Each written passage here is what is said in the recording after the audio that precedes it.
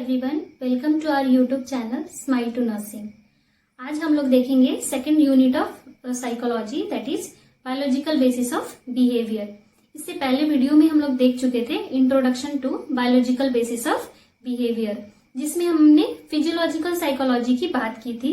Next हम लोग बोले थे कि इसमें बॉडी माइंड एंड रिलेशनशिप जो था फर्स्ट टॉपिक था हमारा सिलेबस से। तो बॉडी माइंड एंड रिलेशनशिप में देखे थे हम लोग कि किस तरह से हमारा body and mind are interconnected and inter related. अगर बॉडी डिसफंक्शन हुआ तो हमारा माइंड किस तरह से अफेक्ट होता है, और माइंड अगर अच्छे से काम करना बंद कर देता है तो किस तरह से बॉडी फिजिकली और फिजियोलॉजिकली अफेक्ट होता है। जिसमें हम लोग देखे थे कि बॉडी माइंड रिलेशनशिप में कि बॉडी एक क्या है, फिजिकल स्टेट है, एक हमारा स्ट्रक्चर है, एनाटॉमिकल स्ट्रक्चर है, और माइंड क्या था हमारा functions of the body parts. Next हम लोग देखे थे कि बॉडी जो है वो क्या करता है कि सिचुएशन को कोप करने के लिए एनर्जी देता है, means body provide energy to fight और to cope with the situation.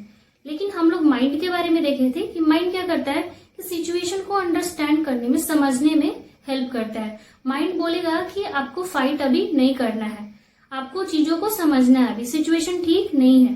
तो इस तरह से माइंड जो है वो फंक्शन करता है, जो हमारा सिचुएशन है उसको हैंडल करने की कोशिश करता है। तो बॉडी माइंड रिलेशनशिप में हम लोग इतना ही देखे थे। नेक्स्ट हमारा जो पार्ट था उसमें था कि किस तरह से हमारा बॉडी जो है effect of body functioning on mental condition. तो बॉडी किस तरह से अगर हमारा काम अच्छे से नहीं करेगा तो मेंटल स्थिति हमारा किस तरह से अफेक्टेड होगा। जैसे एग्जाम्पल हम लोगों ने बहुत सारा देखा था कि सीवियर हेडेक हो रहा है या हमें पेन हो रहा है तो किस तरह से हमारा मन किसी काम में नहीं लगता है, यानी हम लोग डिस्टर्ब रहेंगे, किसी चीज में इंटरेस्ट नहीं रहता है, कॉन्शियस नहीं रहेंगे। तो वो चीज था हमारा कि अगर बॉडी हमारा अफेक्टेड होगा तो माइंड भी हमारा अफेक्टेड होता है। नेक्स्ट हम लोग इसी में देखे थे कि affect on mind conditioning on body function. अब अगर माइंड हमारा डिस्टर्ब होगा तो बॉडी किस तरह से फिजियोलॉजिकली डिस्टर्ब होता है। तो ये भी, इसका भी हम लोगों ने बहुत सारा एग्जाम्पल देखा था। नेक्स्ट हम लोग अभी बात करेंगे जेनेटिक्स एंड बिहेवियर। जो हमारा नेक्स्ट टॉपिक है वो है genetics and behaviour. Genetics and behaviour में हमको सेकेंड टॉपिक में क्या पढ़ना है तो वो है हेरिडिटी एंड इन्वायरमेंट। जेनेटिक्स बताता है हमारा, जेनेटिक्स का ये, उसके अंदर में हम लोग को पढ़ना है हेरिडिटी। तो हेरिडिटी क्या है, हम लोग 12th क्लास में भी ये पढ़ चुके हैं, 10th में भी पढ़ चुके हैं, स्टार्टिंग हमारा 8th से ही हो जाता है। हेरिडिटी क्या है तो सिंपल मीनिंग में हमारा क्या है कि heredity refers to transfer of character, यानी कि जो कैरेक्टर और ट्रेड्स है वो किस तरह से पेरेंट्स से ऑफस्प्रिंग में ट्रांसफर होता है। तो ट्रांसफर ऑफ कैरेक्टर और ट्रेड्स, कैरेक्टर को ही हम लोग क्या बोलते हैं, ट्रेड्स बोलते हैं। कैरेक्टर और traits transfer from parents to the offspring, मतलब कि जो हमारे पेरेंट्स हैं उनसे ऑफस्प्रिंग यानी बच्चे, उनमें किस तरह से कैरेक्टर जो ट्रांसफर होता है उस प्रोसेस को हम लोग बोलते हैं हेरिडिटी। मीनिंग इसका सिंपल लैंग्वेज में यही है कि पैसेज ऑफ कैरेक्टर और the transfer of character from parents to the offspring. Next हम लोग इसका डेफिनेशन बात करेंगे। साइंटिस्ट थे Douglas and Holland. Douglas and Holland ने बताया कि हेरिडिटी क्या है हमारा, तो heredity, once heredity consist of all the structures, physical characteristics, functions और capacities derived from the parents, other ancestry और species। इन्होंने अपना डिफिनेशन दिया, लेकिन इसका पूरे का मीनिंग यही है कि जो पेरेंट्स है, फंक्शंस हो गया, स्ट्रक्चर हो गया, कैरेक्टरिस्टिक, स्ट्रक्चर यानी एनाटॉमी की बात कर रहे हैं, जो हमारा बॉडी स्ट्रक्चर है, फिजिकल कैरेक्टरिस्टिक्स जो है जैसे हमारा आंख, नाक, कान पेरेंट्स की तरह दिखता है, फंक्शंस जो हम बिहेव कर रहे हैं, जैसे हमारा काम कर, फंक्शंस क्या है, जो हमारा फिजियोलॉजिकल फंक्शन है, जो हमारे पेरेंट्स का है वैसे ही हमारा फिजियोलॉजिकल फंक्शंस भी होगा।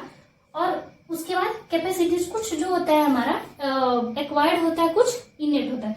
तो इनेट जो होता है वो हमारे पेरेंट्स से ही मिलता है, और एक्वायर्ड हम लोग कुछ ऐसा ड्यूरिंग लाइफ टाइम जो क्या करते हैं, एक्वायर करते हैं। जैसे हमारे पेरेंट्स को डांसिंग नहीं आती लेकिन हमें डांसिंग आती है, पेरेंट्स को सिंगिंग नहीं आती, हमें सिंगिंग आती है, तो वो क्या है, एक्वायर्ड है। तो एक्वायर्ड कैरेक्टर में हम बात नहीं कर रहे हैं। इनेट का बात करें, जो हमारे किससे मिले हैं, पेरेंट्स से मिले हैं। तो फंक्शंस और capacities, capacities to do work, कुछ भी काम करने की जो कैपेसिटी है, क्षमता है, डिराइव फ्रॉम पेरेंट्स, कहां से आ रहा है तो पेरेंट्स, यानी डिराइव मतलब क्या बोल रहा है, ट्रांसफर, यहाँ सेम चीज जो है वो क्या चीज का बात किया, ट्रांसफर का बात किया है।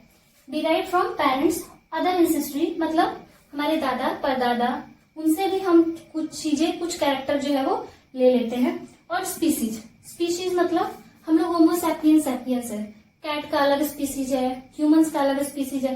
तो वो बोल रहे हैं कि हम किससे डिराइव होता है, या तो पेरेंट्स से ले सकते हैं कैरेक्टर, या अदर एंसेस्ट्री यानी दादा परदादा, या स्पीसीज जो हमारा, हम ह्यूमन है तो ह्यूमन का ही कैरेक्टर लेंगे, कैट और डॉग का हमारे अंदर कैरेक्टर नहीं आएगा।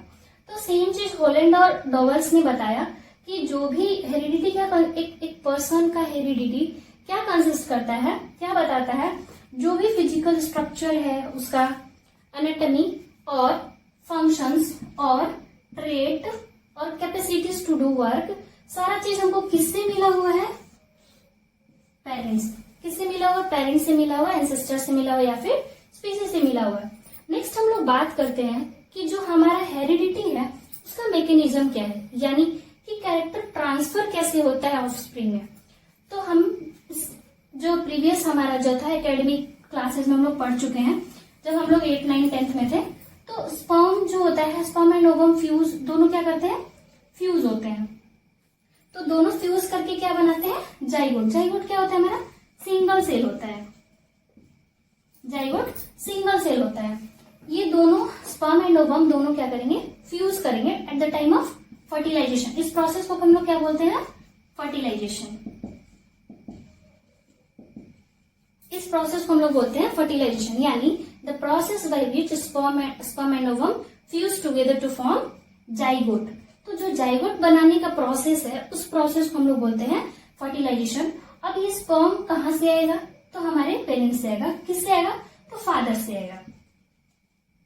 मेल पार्टनर जो है वहां से हमारा क्या आएगा, स्पर्म आएगा, और ओवम कहाँ से आएगा, हमारा फीमेल पार्टनर यानी मदर से। तो दोनों जो है वो हमारा मिलके क्या बनाता है, जाइगोट बनेगा।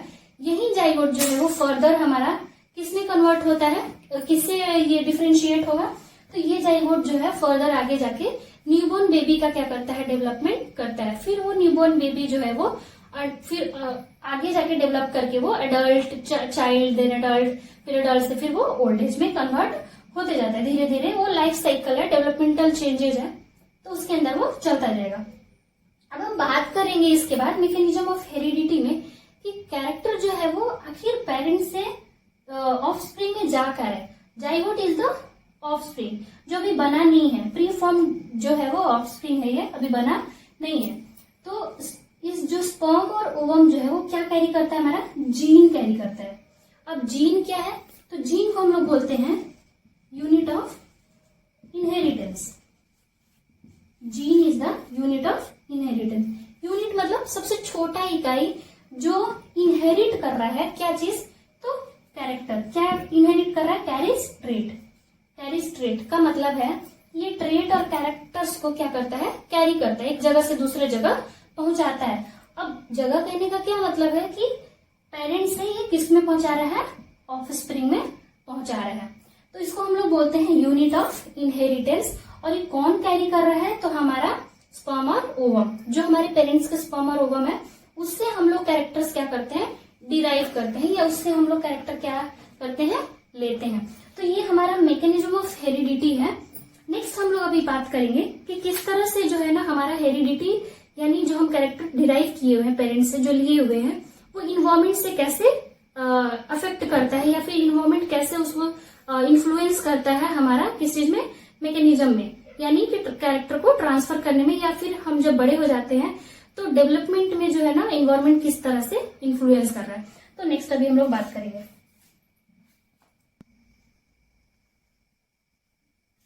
सो अभी हम लोग देखे थे कि किस तरह से मेल गैमिट और फीमेल गैमिट फ्यूज होते हैं तो क्या बनाते हैं, हमारा जाइगोट। जाइगोट जो होता है वो क्या कंटेन करता है, 23 पेयर्स ऑफ क्रोमोसोम्स। और 23 पेयर्स जो होगा उसमें से 22 पेयर्स को हम लोग क्या बोलते हैं, 22 पेयर्स को बोलते हैं ऑटोजोम्स। ऑटोजोम्स यानी 22 पेयर ऑफ क्रोमोसोम्स को बोलते हैं ऑटोजोम्स। और 1 पेयर जो होता है उसको हम लोग बोलते हैं, 1 pair is known as sex chromosomes.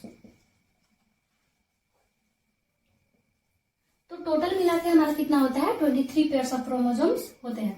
अब अब यहाँ हम लोग बात कर रहे थे मैकेनिज्म ऑफ हेरिडिटी में कि जो हमारा मेल है, मेल गैमेट, वो क्या कितना कंटेन करता है, 22 pair of XX chromosome and 1 more extra pair of X and Y, यानी single chromosomes of X and single chromosomes of Y। तो दोनों मिला के क्या हो गया हमारा 23 पेयर्स ऑफ क्रोमोजोम्स, यानी कि मेल के पास कितना होता है 22 पेयर्स ऑफ हमारा XX क्रोमोजोम्स होता है और फीमेल के पास जो होता है वो 23 पेयर्स ऑफ क्रोमोजोम्स होता है। यानी फीमेल के पास जो होता है वो 23 पेयर्स XX है, लेकिन मेल के पास कितना है, बस 22 पेयर्स ऑफ XX है। While single X and single Y जो होता है वो मिलके हमारा क्या बनाएगा 23 पेयर्स बनाएगा।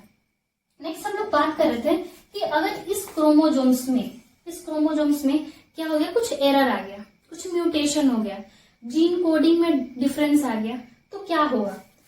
तो क्या होता है हमारा कि जब एरर होता है क्रोमोजोम्स में तो कुछ सिंड्रोम्स हो जाता है, यानी बीमारी। तो एक सिंड्रोम है हमारा जो अभी पढ़ना है हम फिलहाल साइकोलॉजी में, और इस सिंड्रोम को हम यहाँ पे डिस्कस इसलिए किए हैं क्योंकि ये डेवलपमेंटल डिले कराता है, जो लर्निंग डिसेबिलिटी है वो चीज कराता है, तो इसलिए हमको यहाँ पे पढ़ना है साइकोलॉजी में। तो क्या है हमारा डाउन सिंड्रोम। डाउन सिंड्रोम हम लोग पहले भी पढ़ चुके थे कि क्या है, इसको ट्राइजोमी ऑफ 21st क्रोमोजोम्स भी बोलते हैं। तो ये क्या होता है हमारा मोंगोलिज्म जो होता है, मोंगोलिज्म इस बीमारी, डिजीज जिसको बोलते हैं, इस कंडीशन में क्या होता है कि extra pair of chromosomes, extra pair X chromosomes क्या हो जाता है, ऐड हो जाएगा। तो Down syndrome is the addition of an extra X chromosome. Extra X chromosomes क्या हो जाएगा, ऐड हो जाएगा। तो ऐड होने के बाद कितना बना देता है 47 क्रोमोजोम्स, क्योंकि हमारे पास कितना क्रोमोजोम्स है 23 पेयर्स, तो 23 इज इक्वल टू 46। नंबर में अगर हम बात करेंगे तो 46 क्रोमोजोम हुआ। तो यहाँ पर अगर एक एक्स्ट्रा क्रोमोजोम ऐड कर देंगे तो हमारा क्या हो जाएगा 47 क्रोमोजोम्स ऐड हो जाएंगे। 1 क्रोमोजोम ऐड करेंगे तो कितना हो जाएगा 47 क्रोमोजोम्स हो जाएगा।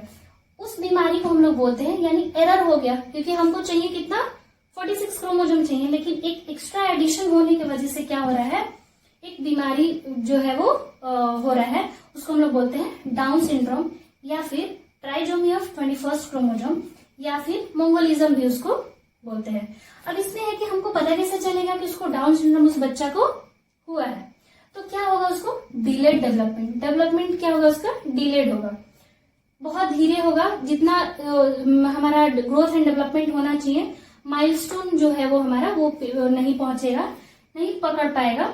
उसके बाद शॉर्ट स्ट्रेचर का मतलब, यहाँ पर स्ट्रेचर का मतलब है हाइट क्या होगा बच्चा का, छोटा होगा। मतलब 2 साल के बच्चा को जितना ग्रोथ होना चाहिए उससे उसकी हाइट क्या होगी, कम होगी। शॉर्ट नेक जो होगा कैसा होगा, ये नेक लेंथ जो होता है हमारा वो छोटा होगा, शॉर्ट नेक होगा।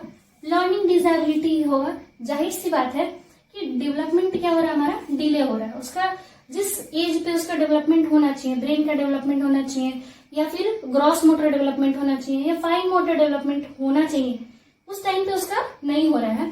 तो जाहिर सी बात है इसको क्या होगा, लर्निंग डिसेबिलिटी होगी, पढ़ने में उसको प्रॉब्लम होगा, कुछ चीजें सीखने में उसको टाइम लगेगा। नेक्स्ट हम लोग इसका सिम्टम्स की बात कर रहे हैं। तो single crease line on palm, जो बच्चा का पाम होगा उस पे हम देखेंगे सिंगल क्रीज लाइन, एक ही उसमें क्या होगा हमारा लाइन, हमको रेखा देखने को मिलेगा। सिंगल क्रीज लाइन होता है हमारा उस बच्चे के हाथ पे। तो ये कुछ सिम्टम्स है जिससे हमारा पता चलता है कि बच्चा जो क्या है डाउन सिंड्रोम से ग्रसित है। उसके बाद हम लोग बात किए थे कि हेरिडिटी जो होता है मैकेनिज्म ऑफ इनहेरिटेंस में, वो ट्रांसफर करने का काम कौन कर रहा है, हमारा जीन कर रहा है। जीन ही है जो क्या कर रहा है, कैरेक्टर को पेरेंट्स से ऑफस्प्रिंग में लेके आ रहा है। इसलिए इसको हम लोग क्या बोल दिए, यूनिट ऑफ इनहेरिटेंस। इनहेरिटेंस मतलब इनहेरिटेंस एक ऐसा मैकेनिज्म है जिसमें हमारा कैरेक्टर्स जो है वो पेरेंट्स से किसमें ट्रांसफर होता है, ऑफस्प्रिंग में ट्रांसफर होता है। इनहेरिटेंस बोल लीजिए या फिर हेरिडिटी बोल लीजिए, सेम मीनिंग। तो यूनिट ऑफ इनहेरिटेंस हम लोग किसको बोले, जीन को बोले। अब जीन जो होता है क्या करता है, सारे कैरेक्टर्स को यानी ट्रेट्स को क्या करता है, डिटरमाइन करता है। Gene is the determiner of specific trait and character. जो भी हम कैरेक्टर पेरेंट्स से ले रहे हैं, लाइक कि हमारा जो नोज है या ईयर लोब है या फिर आईज का कलर है, हेयर का कलर है, वो सारा चीज पेरेंट्स से हमारा क्या होता है, मैच होता है। हम पेरेंट्स से उसको क्या करते हैं, एक्वायर करते हैं। तो वो सारा चीज कौन कैरी कर रहा है? तो हमारा जीन कैरी कर रहा है। जीन ही डिटरमाइन करता है कि अगर आपके पेरेंट्स के आई का कलर अगर ब्राउन है तो आपका कलर भी ब्राउन होगा। बोथ पेरेंट्स अगर ब्राउन है तो हमारा ब्राउन होगा। अगर मेल यानी फादर हमारे उनका ब्राउन है और मदर का कलर आई का ब्लू है तो हमें कौन सा कलर मिलेगा? ब्राउन कलर मिलेगा। क्योंकि यहाँ पे जो जीन है इसका दो नेचर है, पहला हो गया हमारा डोमिनेंट जीन और दूसरा हो गया हमारा रेसेसिव जीन। इस जीन का हमारा दो नेचर है, डोमिनेंट जीन और रेसेसिव जीन।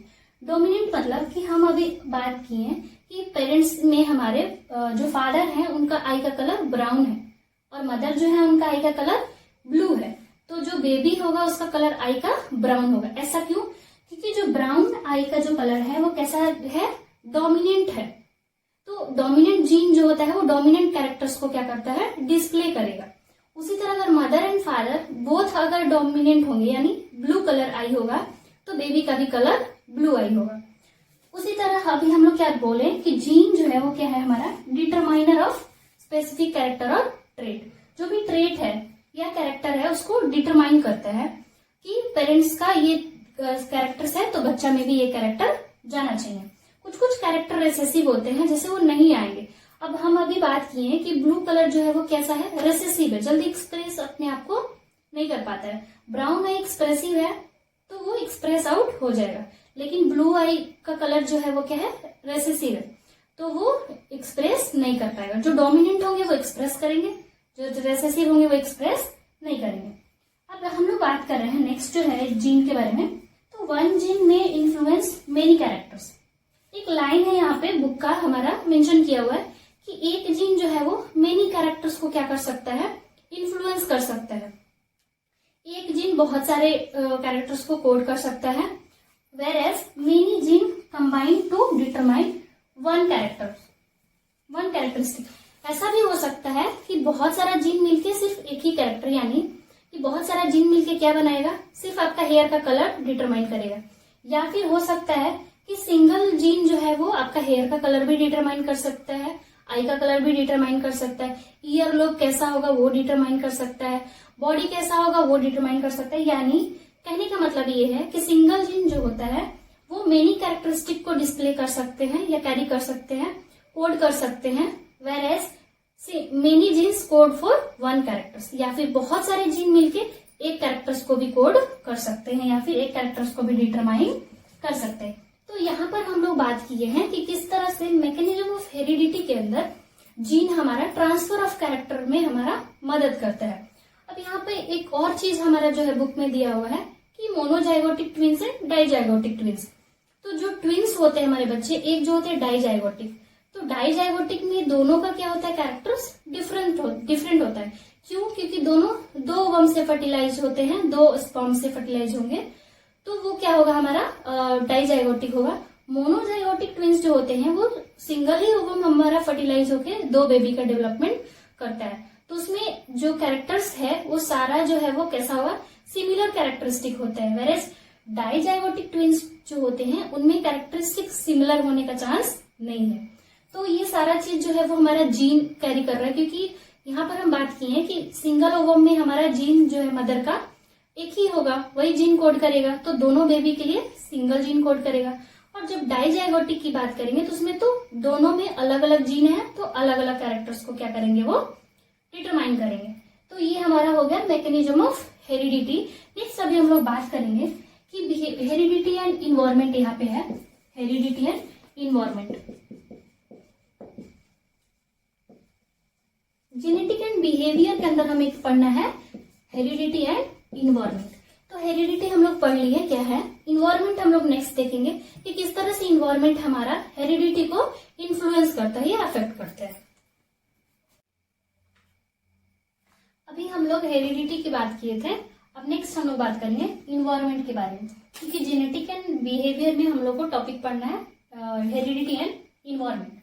तो इन्वायरमेंट क्या है, इन्वायरमेंट किसको बोलते हैं? तो जो भी हमारे सराउंडिंग में है, यानी कि social, moral, economical, political, physical and intellectual factor, ये सारे फैक्टर जो है वो किसके अंदर आते हैं? हमारे इन्वायरमेंट के अंदर आते हैं। तो चाहे वो सोशल फैक्टर हो, सोसाइटी की बात कर रहा है, मोरल फैक्टर है जो भी हमारा नॉर्म्स, इकोनॉमिकल फैक्टर जो भी हमारा इकोनॉमिक से रिलेटेड है, पैसा से रिलेटेड है, पॉलिटिकल फैक्टर जो पॉलिटिक्स से हो गया, और physical and intellectual factor. Physical मतलब सेल्फ जो हमारा है, सराउंडिंग, और इंटेलेक्चुअल मतलब कि जो हमारे इंटेलिजेंस से रिलेटेड है। ये सारे फैक्टर जो है वो हमारा क्या इन्फ्लुएंस कर रहा है तो इंडिविजुअल का डेवलपमेंट। तो which influence the development of individual from time to time.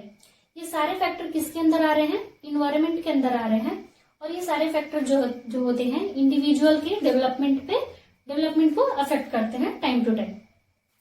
लेकिन हम लोग को डिफिनीशन देखना है। जो हमारे साइकोलॉजिस्ट थे बोरिंग एंड लैंगफील्ड जो थे, ये साइकोलॉजिस्ट थे, इन्होंने बोला कि ये इन्वायरमेंट को अपने तरीके से डिफाइन किया। बोला कि the environment is everything that affect the individual except his genes. यानी ये किसको अलग कर दिए, जीन्स को अलग कर दिए। इससे पहले हम लोग हेरिडिटी में पढ़ चुके थे कि जीन्स क्या है।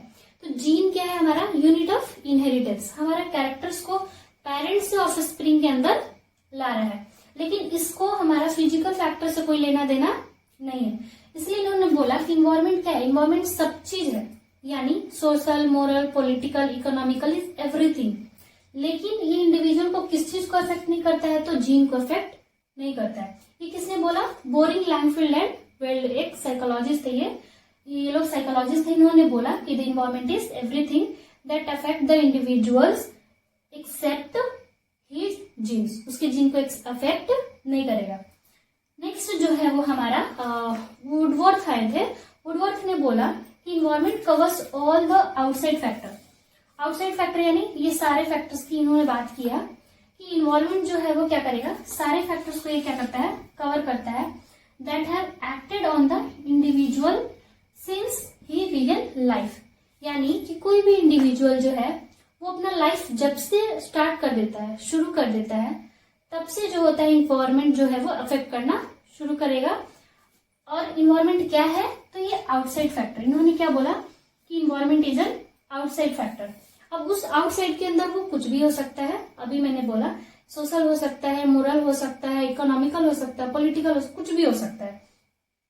That have acted on the, किस पे एक्ट करता है ये सारे फैक्टर, तो इंडिविजुअल पे एक्ट करेगा। और ये इंडिविजुअल पे कब एक्ट करेगा, तो जब से वो जन्म ले चुका है तब से। एक और चीज है हमारा कि इन्वायरमेंट सिर्फ वो जन्म लिया है उसके बाद ही इफेक्ट नहीं करता है। जब बच्चा वुम्ब में रहता है, इंट्रायूट्राइन लाइफ में रहता है, तो भी इन्वायरमेंट जो होता है अफेक्ट करना शुरू कर देता है, या इन्वायरमेंट अफेक्ट करता है। नेक्स्ट हम लोग बात करेंगे टाइप्स ऑफ इन्वायरमेंट, यानी इन्वायरमेंट का कितना टाइप है। तो पहला है इंटरसेलुलर, दूसरा है इंट्रायूट्राइन, और तीसरा है हमारा एक्सटर्नल इन्वायरमेंट।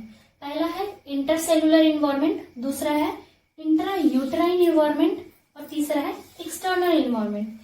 नाम से पता चल रहा है कि इंटरसेलुलर की बात कर रहे हैं, यानी सेल्स के अंदर।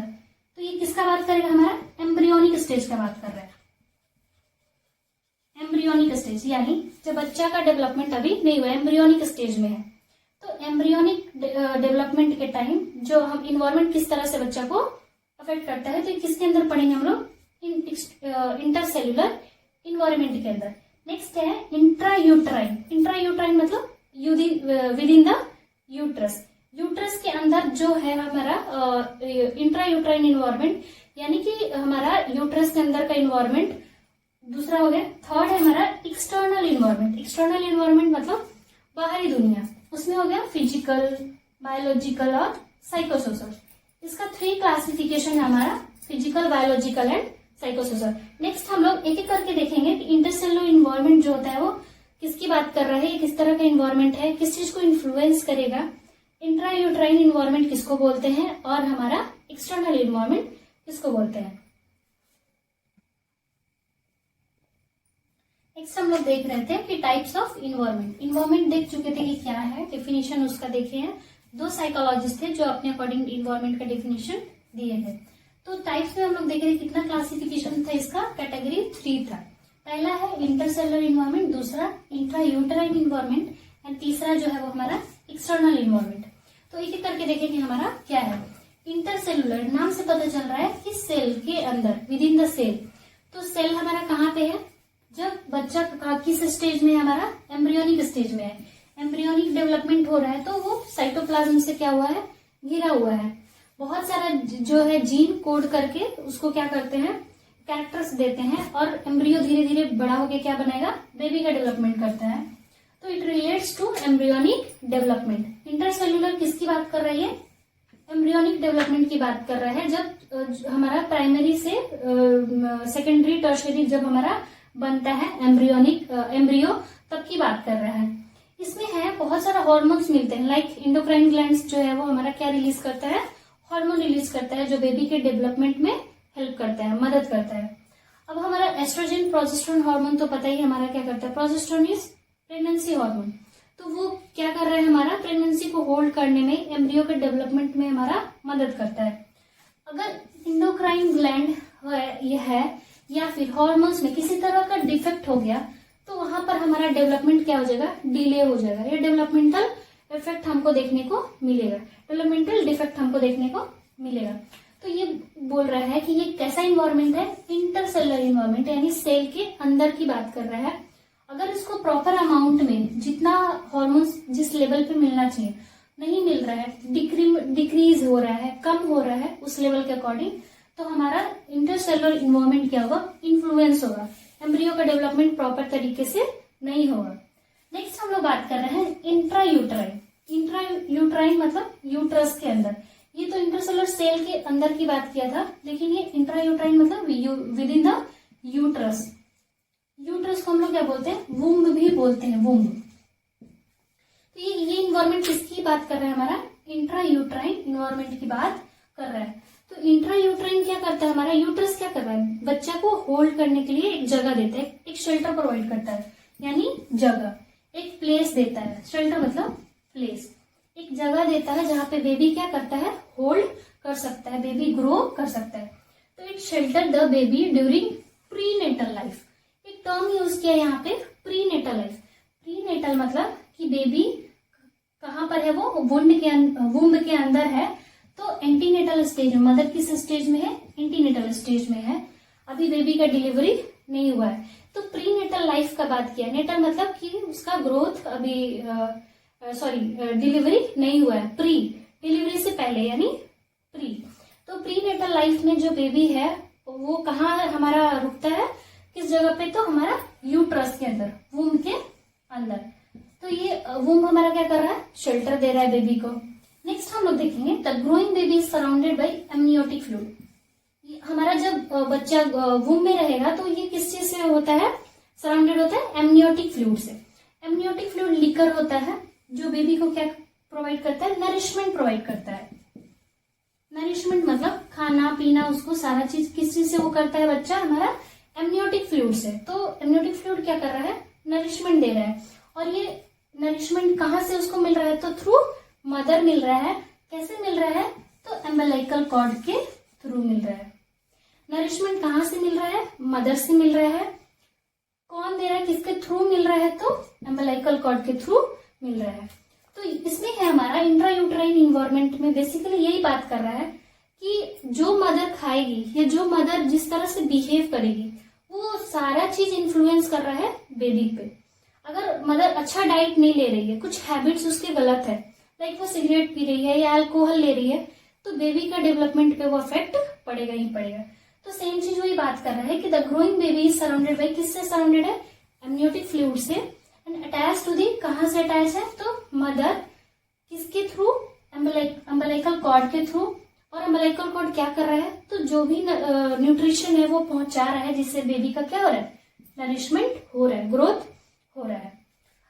Physiological and psychological. फिजियोलॉजिकल मतलब कि जो हमारा फिजियोलॉजी है, खा रहे हैं पी रहे हैं, जिससे हम बॉडी मेटाबॉलिज्म ठीक है। साइकोलॉजिकल मतलब थिंकिंग, जो हम सोच रहे हैं, जो हमारा बिहेवियर है, जो एक्ट कर रहा है।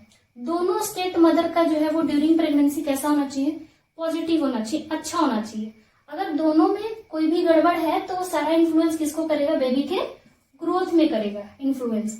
तो वही बात बोल रहा है कि physiological and psychological state of mother during pregnancy, her habits, यानी ये दोनों किसकी बात कर रहा है, उसकी हैबिट्स, वो क्या खा रही है, पी रही है, अच्छी हैबिट्स है उसकी या फिर नहीं है, मदर की हैबिट्स गलत है, तो वो बेबी को इनडायरेक्टली इफेक्ट करेगा ही करेगा। इंटरेस्ट उसका अगर अच्छा होगा तो बेबी का डेवलपमेंट भी अच्छा होगा, अगर इंटरेस्ट उसका गलत डायरेक्शन में होगा तो वो फिर बेबी का डेवलपमेंट पे इफेक्ट पड़ेगा। All influence the development of the child. तो बेसिकली हमको ये जानना है कि इंट्रा यूट्राइन लाइफ के अंदर, इंट्रा यूट्राइन इन्वायरमेंट के अंदर हमारा किस तरह से मदर का हैबिट है या मदर का जो हमारा इंटरेस्ट है वो बेबी के डेवलपमेंट को अफेक्ट करता है। थर्ड जो है वो हमारा एक्सटर्नल इन्वायरमेंट, यानी एक्सटर्नल मतलब बाहर। अब बाहरी दुनिया की बात करें, अभी तक तो हम लोग ये दोनों किसके अंदर बात किए थे, अंदर, यानी बेबी यहाँ पे डिलीवर नहीं हुआ है, कहाँ पे है, इनसाइड है। कहाँ इनसाइड है, तो हमारा यूट्रस के अंदर है, मदर की यूट्रस के अंदर है। तो दोनों चीज किस पे इफेक्ट किया, हमारा मदर पे इफेक्ट किया। ये दोनों मदर से रिलेटेड है, इंटर रिलेटेड है, लेकिन एक्सटर्नल इन्वायरमेंट जो है वो आउटसाइड द ये सोर्स है, ये दोनों से अलग है, बाहर की बात कर रहा है। तो एक्सटर्नल इन्वायरमेंट के अंदर बताए थे कि ये इसके अंदर 3 कैटेगरी है, फर्दर 3 कैटेगरी में डिवाइड किया गया है, physical environment, biological environment and third है psychosocial environment. External environment, after birth child is expose to the external environment. अभी हम बोले कि जब बेबी का बर्थ नहीं हुआ है तो वो किस इन्वायरमेंट से इन्फ्लुएंस होगा, तो intrauterine environment and intercellular environment. लेकिन जब बेबी का बर्थ हो जाएगा तो वो किस चीज से रूबरू होता है, हमारा एक्सटर्नल इन्वायरमेंट से वो फेस करेगा। तो कौन कौन सा ऐसा फैक्टर है जो बेबी के डेवलपमेंट को क्या कर सकता है, अफेक्ट कर सकता है या फिर इन्फ्लुएंस कर सकता है, कौन सा ऐसा चीज है जो उसके डेवलपमेंट पे असर डाल सकता है। तो फिजिकल के अंदर हम लोग देखेंगे, एक्सटर्नल के अंदर 3 है। पहला फिजिकल हम लोग जाहिर सी बात है जो सराउंडिंग में देख रहे हैं, लाइट, एयर, सॉइल, मिट्टी, जो भी चीज है, हमारा वेदर खराब हो रहा है, क्लाइमेट खराब हो रहा है, वो भी हमें इन्फ्लुएंस कर रहा है। क्लाइमेट खराब होगा तो बेबी का हेल्थ भी खराब हो जाएगा, जैसे ठंड पड़ रहा है ज्यादा तो बेबी के हेल्थ पे इश्यू होना शुरू हो जाएगा। वाटर है, अगर वाटर कंटामिनेटेड है तो बेबी को वाटर बॉर्न डिजीज हो सकता है।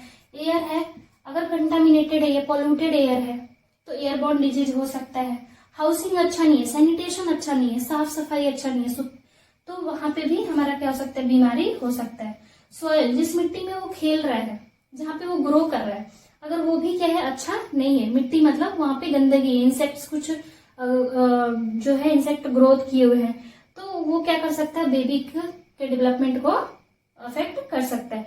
क्लाइमेट जो है वो अभी बोले कि क्लाइमेट अच्छा नहीं है, वेदर अच्छा नहीं है, ठंडा है, गर्म है, तो उसके वजह से बेबी का जो फिजियोलॉजिकल कंडीशन है वो खराब हो सकता है।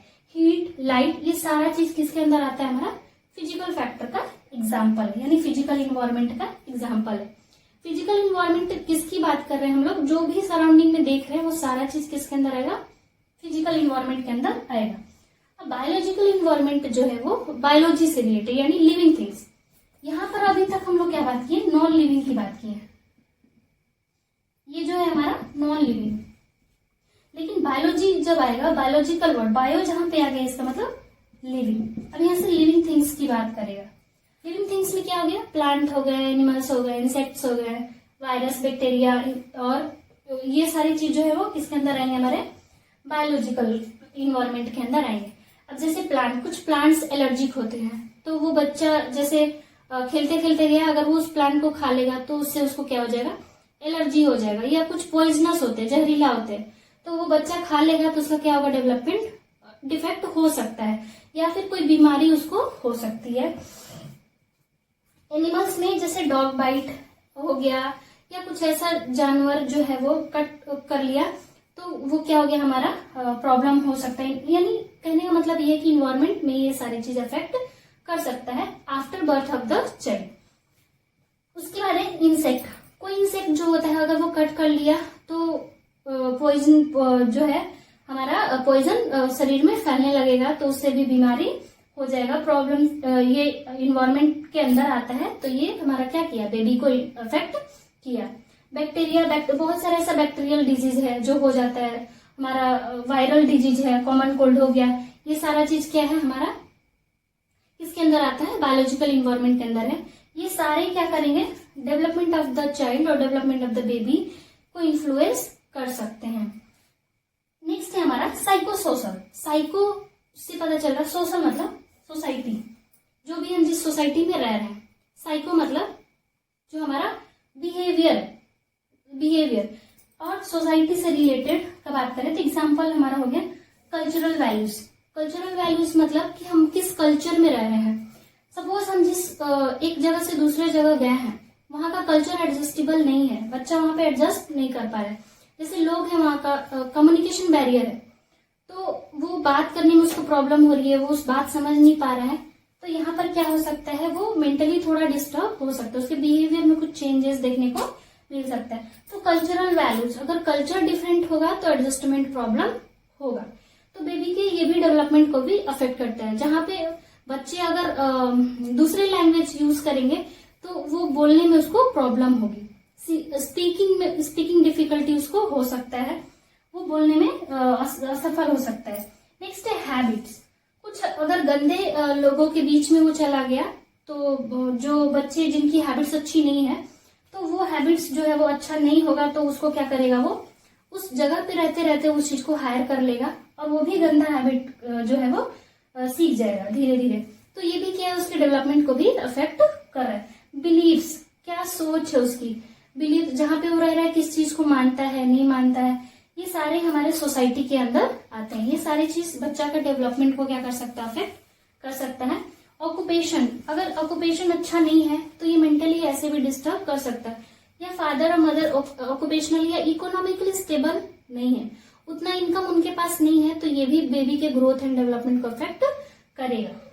पेरेंट्स हो गया, फ्रेंड्स हो गया, पेरेंट्स जो है वो केयरिंग नहीं है तो बेबी का डेवलपमेंट ऑलरेडी अफेक्टेड होगा। फ्रेंड सर्कल अच्छा नहीं है हमारा, पीयर ग्रुप अच्छा नहीं है, बच्चा को नहीं मिला अच्छा पीयर ग्रुप, तो हमारा ये जो है वो डेवलपमेंटल डिफेक्ट हमको देखने को मिलेगा या फिर डेवलपमेंट पे अफेक्ट पड़ेगा। तो ये सारा कहने का मतलब ये है कि ये इन्वायरमेंट जो है वो किस तरह से हमारे डेवलपमेंट को अफेक्ट करता है। तो इस हेरिडिटी इन इन्वायरमेंट में हम लोग देख चुके हैं कि हेरिडिटी जो है वो क्या है, हमारा transfer of character from parents to the offspring. उसके बाद हम लोग देखें इसके अंदर मैकेनिज्म ऑफ हेरिडिटी कि किस तरह से फर्टिलाइजेशन होता है और क्रोमोजोम्स जो है वो हमारा किससे, फादर एंड मदर से वो फिर किस में जाएगा, ऑफस्प्रिंग में जाएगा। जो कौन लेके जाता है, जीन लेके जाएगा। जीन क्या है, यूनिट ऑफ इनहेरिटेंस है हमारा, यानी कि कैरेक्टर्स को ये क्या करता है, कैरी करता है from parents to the offspring. Next हम लोग बात किए थे कि हेरिडिटी के बाद इन्वायरमेंट में हम लोग बोले थे कि इन्वायरमेंट में दो साइकोलॉजिस्ट अपने अकॉर्डिंग डेफिनेशन दिए थे और उन्होंने बोला कि इन्वायरमेंट क्या है, एक बहुत सारा फैक्टर है जो हमारे सराउंडिंग में है और जो फैक्टर्स हैं वो हमारे जीन को अफेक्ट नहीं करते हैं। और ये फैक्टर कब से स्टार्ट हो जाता है, जब एक इंसान जन्म ले लेता है तब से ही अफेक्ट करना शुरू कर देता है। नेक्स्ट हम लोग इन्वायरमेंट में बोले थे कि इसमें 3 क्लासिफिकेशन इन्वायरमेंट का। पहला है हमारा इंटरसेलुलर, इंट्रायूटेराइन और थर्ड था हमारा एक्सटर्नल इन्वायरमेंट। एक एक करके हम लोगों ने देख चुके हैं और कंप्लीट नोट्स हम आपको प्रोवाइड कर रहे हैं। अगर कुछ आपको सजेशन देना हो तो आप हमारे कमेंट सेक्शन में दे सकते हैं। इस चैप्टर का नेक्स्ट टॉपिक हम लोग नेक्स्ट पार्ट में देखेंगे। अगर आपको हमारा वीडियो अच्छा लगा हो तो please don't forget to like, share and subscribe. Thank you for watching.